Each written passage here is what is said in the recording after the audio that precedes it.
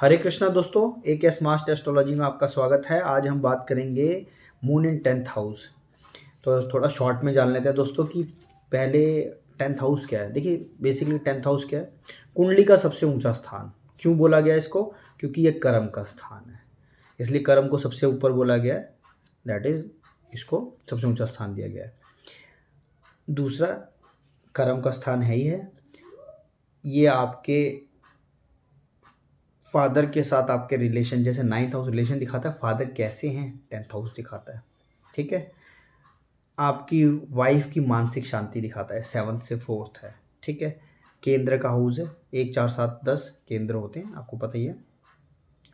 9th से 2nd है, आपको भाग्य से मिला धन है। ठीक है।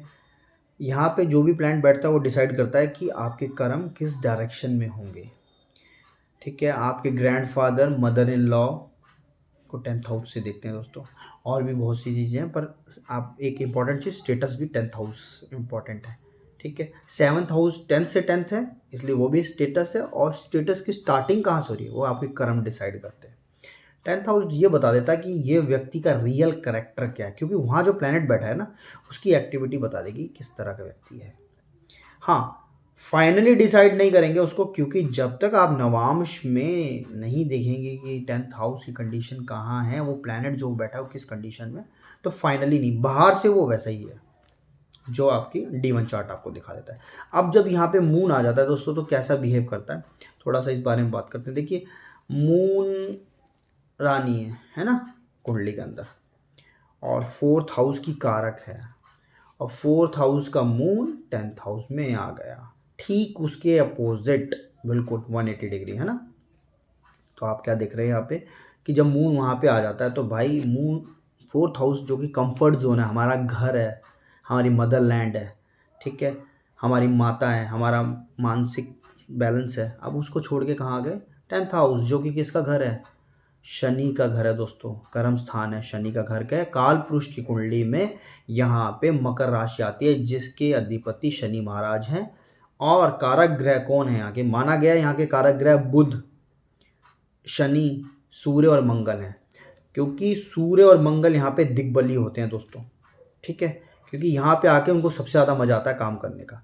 और मरकरी बिजनेस का कारक है, तो वो फाइनेंस कैप्रिकॉन में आके करता, मकर राशि में आके बिजनेस करता है अच्छे से। ठीक है। पर ये हाउस का सेट है, यहाँ मेहनत करनी है आपको, किस तरह से करेंगे।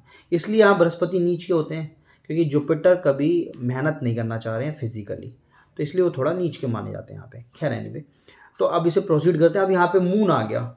ठीक है। मून पहले ही एक ऐसा प्लैनेट है जो कि टोटली चेंज होता है, ट्रांसफॉर्मेबल है, चेंजेस आती रहती हैं उसके अंदर, स्टेबल नहीं है। पर कौन है? महारानी है मून, रानी है ना, या महारानी जिसको भी आप बोलेंगे कुंडली के अंदर। अब रानी यहाँ आके बैठ गई हैं, कंफर्ट जोन छोड़ दिया भाई घर का, है ना। घर का सिंहासन छोड़ के कर्म सिंहासन पे आ गया, तो अब यहाँ पे उसको अनकंफर्टेबल तो होगा। सबसे पहला काम क्या? मून का पीस देना, उस आदमी का या उस व्यक्ति का पीस तो गया काम से, जब तक कि नवांश में मून सही नहीं हो रहा जाके। अगर वो नवांश में भी 10th में आ गया तो फिर पीस तो नहीं मिलेगा उसको, स्टेटस जरूर मिलेगा, क्योंकि मून ल्यूमिनस प्लैनेट है, स्टेटस देता ही देता है। ठीक है। चमक है। बट अब यहाँ जो भी आदमी काम करेगा, जैसे भी काम करेगा, रोता ही रहेगा, काम करता जाएगा। तो अब उसको रोते क्यों रहेगा? शनि का घर है भाई, मून को यहाँ अनकंफर्टेबल होना ही होना है, क्योंकि शनि अपनी कड़वाहट देगा उसको पूरी। शनि उसको ट्रुथ देगा, शनि उसकी रॉयल्टी खत्म करेगा यहाँ पे, जब तक कि उसको सन या मार्स का सपोर्ट नहीं मिल रहा है। और अगर राहु देख ले और मार्स उसका नहीं है, तो और कड़वाहट बढ़ा देगा, क्योंकि सैटर्न प्रैक्टिकल चीज़ों पे है।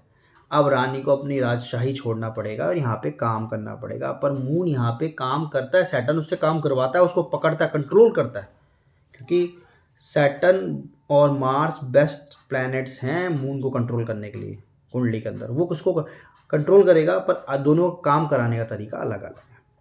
सैटर्न उसको स्लो कर देगा, मून को चिड़चिड़ापन डालेगा, उसके अंदर क्षमता डालेगा चीज़ों को पीने की, सुनने की। हो सकता है ऐसे आदमी को अपने बॉस से बहुत सुनना पड़ता हो, या फिर वो सबसे, या अपने बॉस के ऊपर करवाट उगलता हो, कुछ भी हो सकता है यहाँ पे।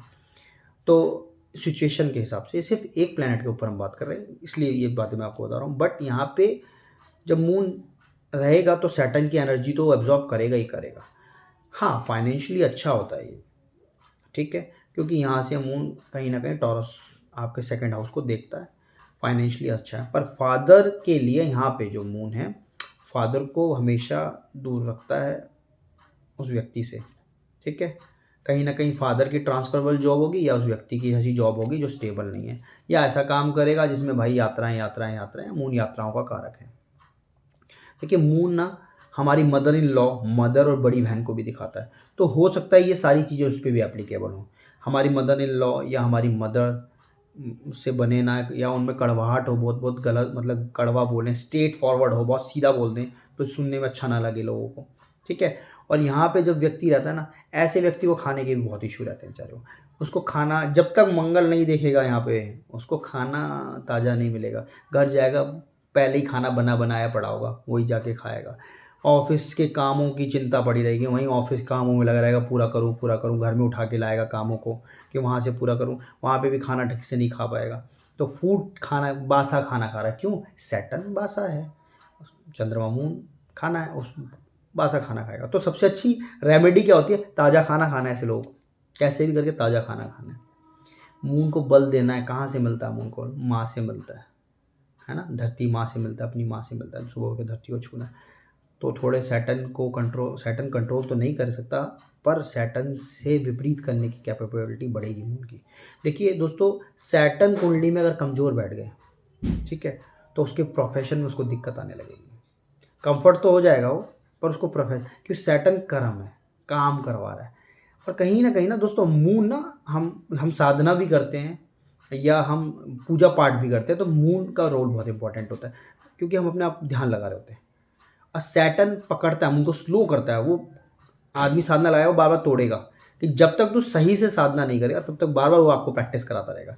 तो मून और सैटर्न ना प्रैक्टिस बहुत करवाता है आदमी से, तो इसलिए यह आदमी रो रो के एक बहुत अच्छा स्टेटस ले लेता है अपनी ज़िंदगी के अंदर, क्योंकि ऐसा आदमी ना परफेक्ट हो जाता है अपने काम के अंदर। फॉर एग्जाम्पल कसाई है कोई, उसका 10th हाउस का मून है, तो मतलब वो मीट कट कर करके इतना परफेक्शन आ जाएगा ना उसके अंदर कि वो आंख बंद करके उधर मतलब पीछे पीट करके भी काट देगा, मतलब कि हाँ भी मुंह उधर किया ऐसे काट दिया, तो इतना परफेक्शन आता है। क्यों? सैटर्न उसको इतना ज़्यादा पक्का कर देता है यहाँ पे। बट अगर मंगल का सपोर्ट मिल रहा है, सैटर्न भी देख रहा है, राहु भी देख रहा है, तो क्या होगा? कभी तो अच्छा करेगा, कभी खराब करेगा, फिर वो अनबैलेंस रहेगा, क्योंकि 10th हाउस कर्मा है ना। अब यहाँ जिसका गोचर होगा उसके हिसाब से वो चलेगा। एक इम्पॉर्टेंट चीज़ क्या, मदर के साथ हमेशा प्रॉब्लम रहेंगे। क्यों? मानसिक शांति नहीं, डिसबैलेंस हो गया। मदर पावर में रहेगी तो मदर सोचेगी यार, मतलब कुछ ना कुछ मदर की कड़वाहट, या मदर के साथ मतलब सर्द गर्म कहिए आप, कभी मीठा कभी कड़वा, मतलब मदर से खटपट चलती ही रहेगी, ठीक है। या तो मदर घर में, मतलब जब भी इनकी दशा चलेगी, मदर जो है ना कभी इधर उधर घूमती रहेंगी।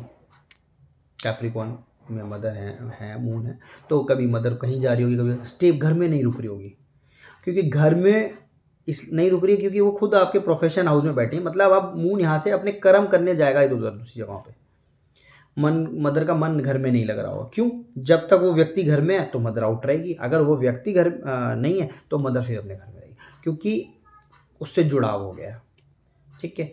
अब मून यहाँ पे 10वें घर के अंदर मून आता है, हम लोग इस चीज़ को स्टडी करते हैं या समझते हैं, तो कहीं ना कहीं अच्छा है ये, क्योंकि आपको मानसिक तनाव दे रहा है, आपकी प्रोग्रेस करेगा ये। यहाँ पर इम्पॉर्टेंट चीज़ सबसे ज़्यादा क्या है, यहाँ पे साइन कौन सा लग रहा है और नवांश में मून कैसा है, क्या वो सैटर्न के साथ है, और साइन क्या सैटर्न का सपोर्टेबल है और मून को सपोर्टेबल है कि नहीं है, कौन सा साइन लेके कहाँ जा रहा है नवांश में, वो ये बहुत इंपॉर्टेंट है दोस्तों। अगर गलत साइन में चले गया मून, सपोर्ट ठीक नहीं है, तो उसको गलत रास्तों पे भी ले आ सकता है। क्या पता, एक या तो यहाँ पे आदमी, बेसिक सी बात है, या तो बहुत तगड़ा सन्यासी हो जाएगा, योग ले लेगा बहुत, सैटर्न उसको प्रैक्टिस करा करा के दिला देगा, या फिर दूसरों को बहुत उल्टा सीधा बोलने वाला, ठीक है, उनके बारे में बहुत नेगेटिव सोचना ऑलवे, मतलब हर चीज़ पे शक्की आदमी मिलेंगे आपको 10th हाउस मून वाले। प्रोफेशन के अंदर बॉस को यकीन नहीं करेगा, मतलब वो बोलेगा ये आदमी बहुत शक्की, मतलब जो 10th हाउस मून वाला होगा ना, वो बहुत ये लगेगा कि भाई शक्की बॉस बनेगा, दूसरों के लिए शक्की, क्योंकि सैटर्न की एनर्जी है, वो हर चीज़ को रोक टोक करेगा वो। तो अगर कोई किसी के बॉसेस गलती से 10th हाउस में मून है और सैटर्न साथ है, तो भाई उनसे ज़रा सोच समझ के बात कीजिएगा। या तो मार्स की एनर्जी बहुत स्ट्रांग हो जाए, या तो बिल्कुल ही लड़ने वाला होना चाहिए उनसे, अपोजिट वाला कि हाँ मैं लड़ूंगा, या सूर्य वाला नहीं मैं अपने काम को दिखाऊंगा मैंने किया है। बाकी जुपिटर वाले सॉफ्ट प्लैनेट नहीं, या तो राहु चालाकी, बाकी कोई नहीं चलेगा दोस्तों। बाकी इसको अपनी कुंडली में ट्राई कीजिएगा। अगर आपको कोई भी चेंजेस लगते हैं, कोई आपके ओपिनियंस हैं, तो प्लीज़ मेरे साथ ज़रूर शेयर कीजिएगा। हरे कृष्णा दोस्तों।